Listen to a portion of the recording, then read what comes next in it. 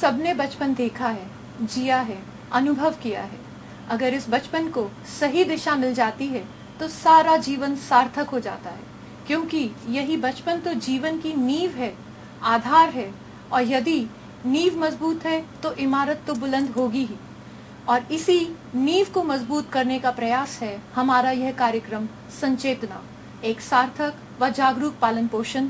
और मैं ऋचा सूद आप सभी अभिभावकों व दर्शकों का हमारे कार्यक्रम संचेतना में स्वागत करती हूँ।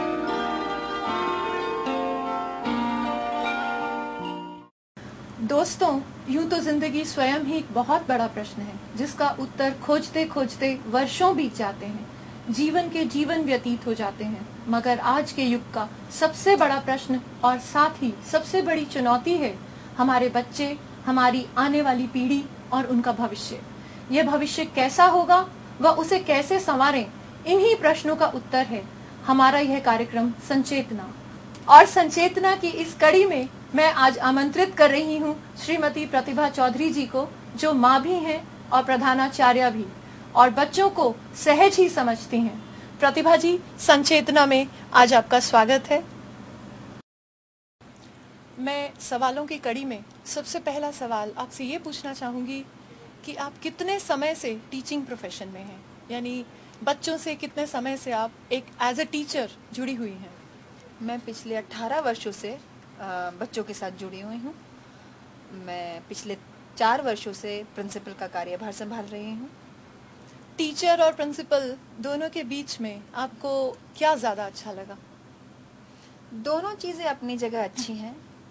जब आप टीचर होते हैं तो आप बिल्कुल बच्चों के साथ होते हैं, और बच्चे बनकर ही उन्हें पढ़ाने में जो मज़ा आता है वो प्रिंसिपल बनकर एडमिनिस्ट्रेशन में नहीं आता है। लेकिन जो प्रिंसिपल बनने के बाद एडमिनिस्ट्रेशन है वो उस पढ़ाई से और बच्चों से बिल्कुल अलग की बात है। जो मैं ये कह सकती हूँ, दोनों अलग अलग तरह के कार्य हैं और दोनों को ही मैंने एंजॉय किया है।